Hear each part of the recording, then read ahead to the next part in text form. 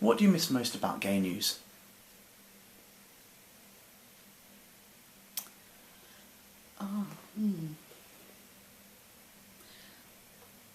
I don't know how to answer that. I certainly don't miss the fighting and the misogyny. That was exhausting. I certainly miss the literary supplement because it was a completely innovative piece of work that Alison constructed.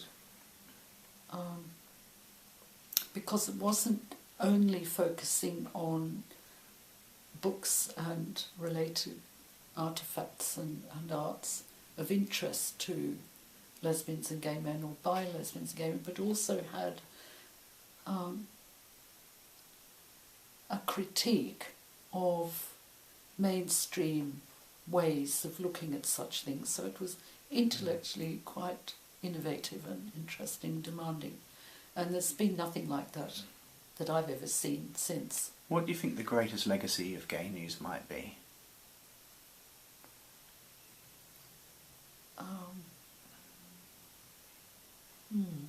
Legacy. That it's a truthful account of a period in gay history in this country which was crucially transitional. It was a bridge between the old quaint and crisp secret and ignorant, the ignorance that I'd come from in Australia, that kind of complete absence of knowledge, information, or even argument about homosexuality of any kind. A bridge to throwing light and discussion and campaigning of a limited kind. I don't remember Gay News as a good campaigning paper, but it was the only one there was. I thought the feminists were much better at campaigning. What could Gay News have done more for women? More? Well, it could have had a staff that were more educated, I suppose. It could have been less misogynistic. I think, well, it was hierarchical. I mean, Andrew was the editor after Denis left. And he did what he could. He agreed to give these 2 pages, 1 page originally and then 2 for Lesbian Space. And he made a commitment to do that for 6 months, see how it went, and then reviewed it. And actually the sales went up. And the interest from women, there were lots of women who began to, who bought Spare Rib or Time Out, who started buying Gay News and writing into Visible Lesbian page. You know, it would have been a success if the paper had stayed. Some of the men just hated it, and they resented the space. They were bored by the content, and they felt threatened. Oh, the lesbians are taking over, you know, all 6 of us, or whatever it was. Do you think Gay News could have survived in today's market? I don't think any newspaper's going to survive in today's market. But gay space is always going to survive somewhere. Whether it's good or bad space is another thing. And if it had survived, or if it did survive, or something similar, would you have wanted to work for it?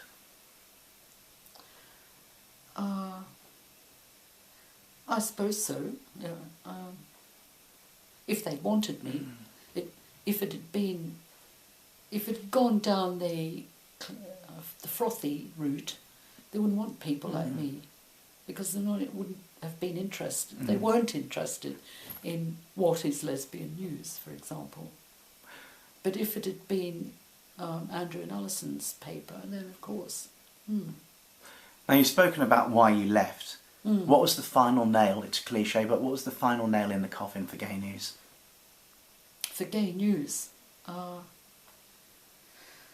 think after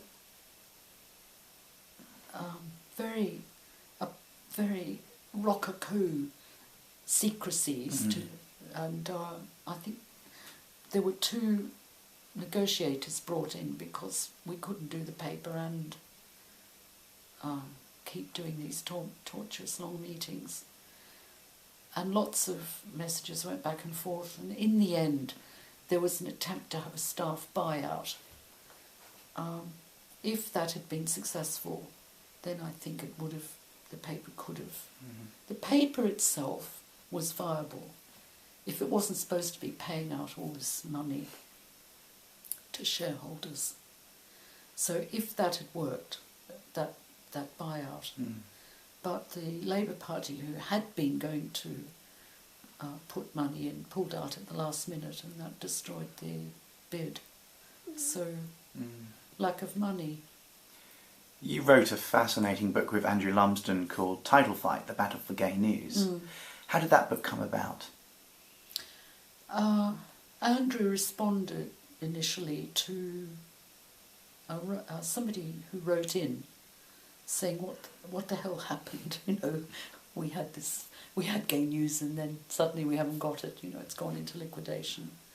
And he felt that the readership and the supporters and the advertisers were owed an explanation, because it was so intricate and so, in a way, unbelievable what had gone on.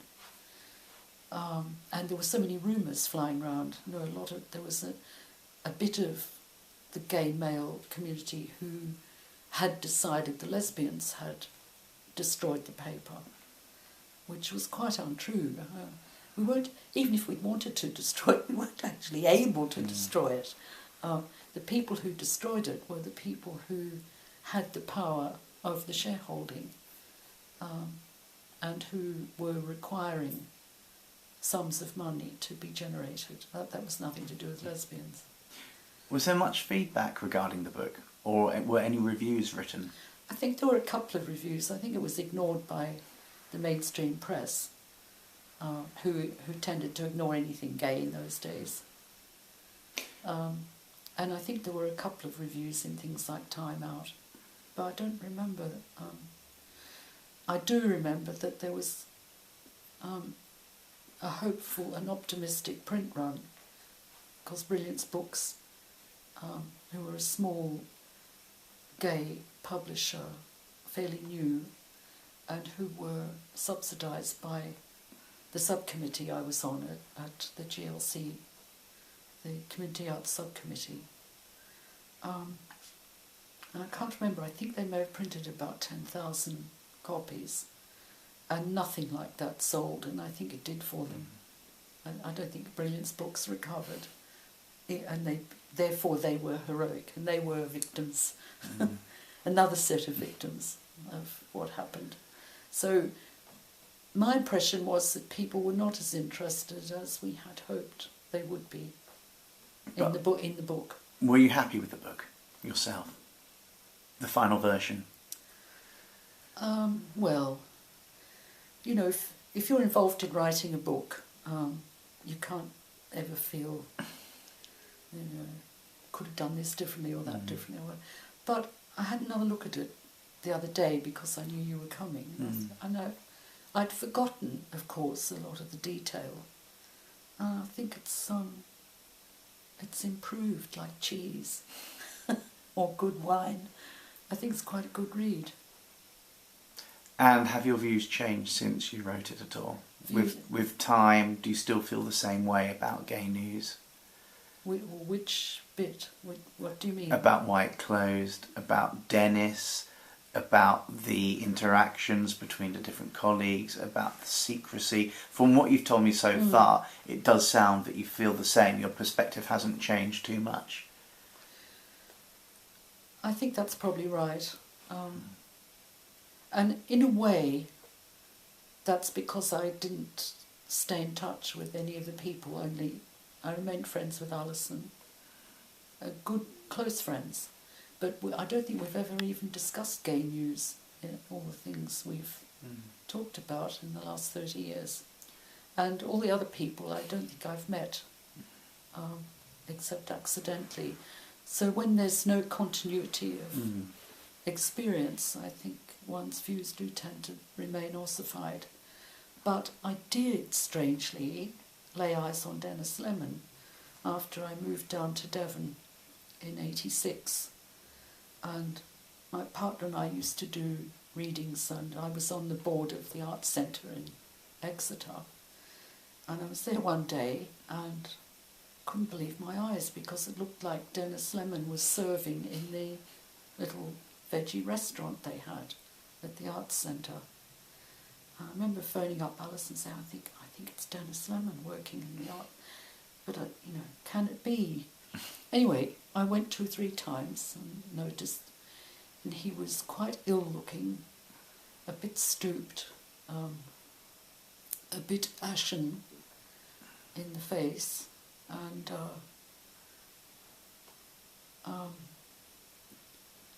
Did you ever exchange a word? Never. No. I think we pretended that we hadn't recognised each other. A couple more questions.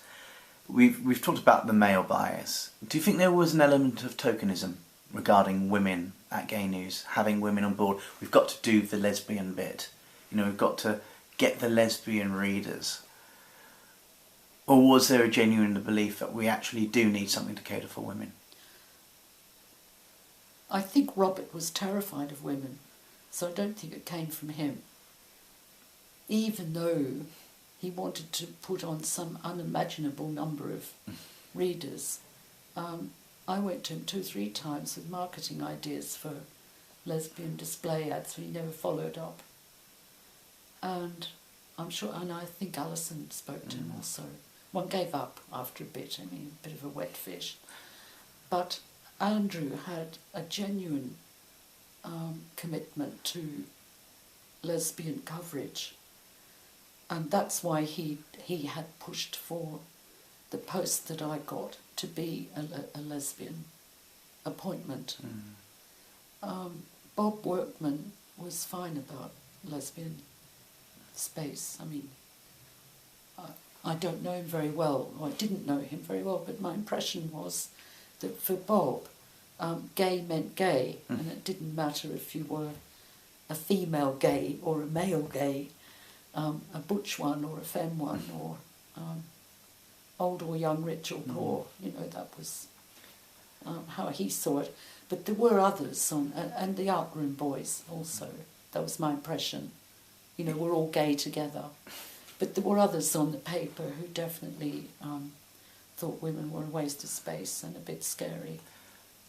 You mentioned the mainstream press earlier, briefly. If the mainstream press covered a lesbian story, what kind of coverage was it? Shock horror. Lesbian mothers. Oh, God. The death of the family. Dreadful, shocking. You yourself, I don't really like labels too much, but you yourself consider yourself a lesbian, and you've got a son. Yes. One of the attitudes I often come across is that gay people can't have children. Oh, thousands and thousands of gay people have children. Yes. Did you ever come across that attitude?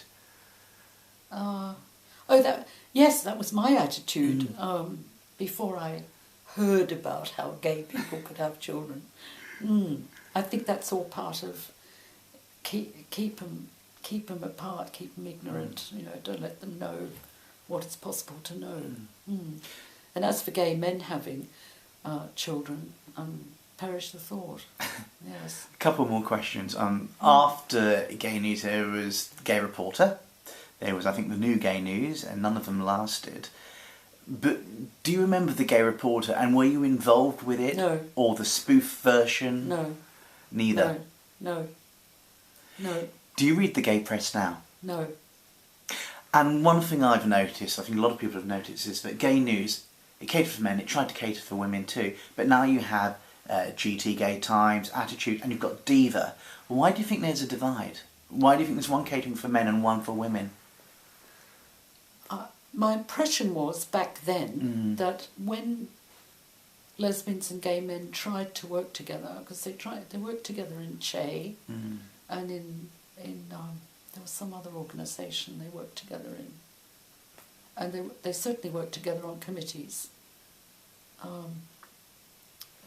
when Ken Livingstone's London was putting out a lot of money, I was involved in an outfit called September in the Pink, which was supposed to be a lesbian and gay arts festival. Got into a lot of debt. There was the Lesbian and Gay Centre with 6 posts for gay men and 6 for lesbian women, which was in a building near Farringdon Road, the Farringdon Road offices.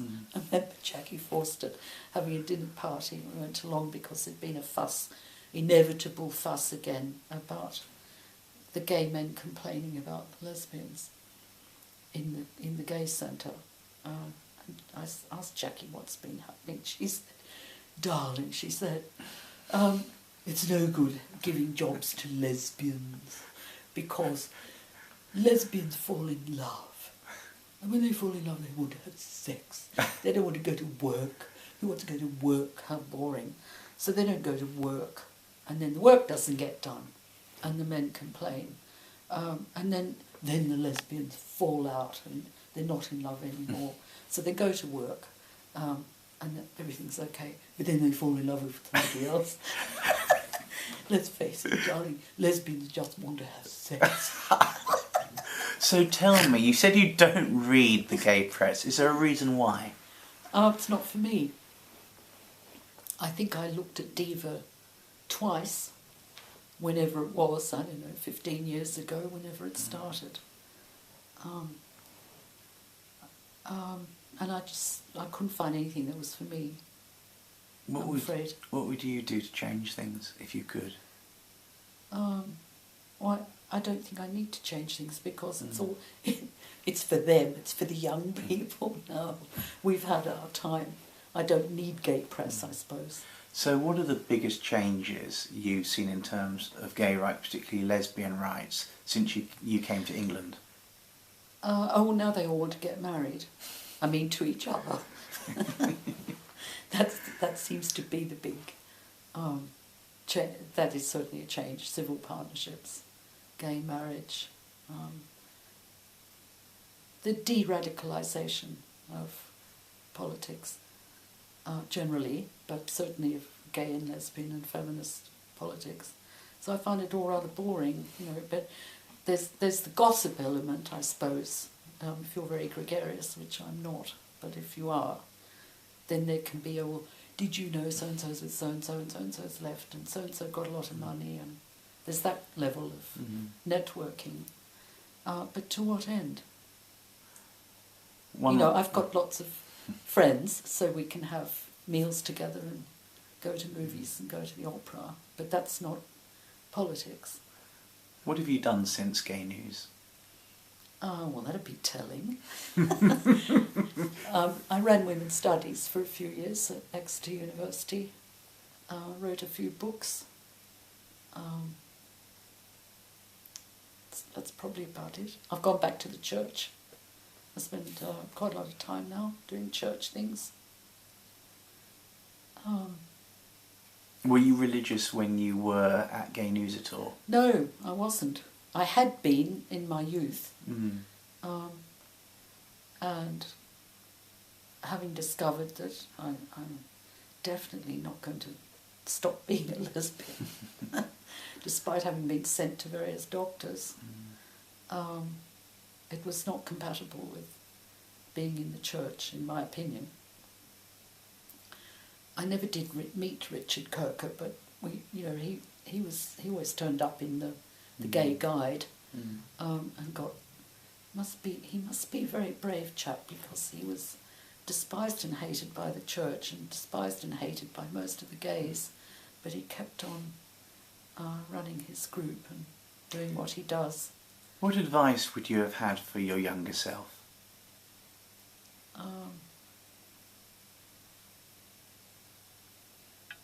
I suppose be a bit more tolerant. Try and understand why these young men are so antipathetic to lesbian space or a lesbian voice? Why are they afraid, or are they? What has happened in the social construction of this person to make him so difficult to deal with?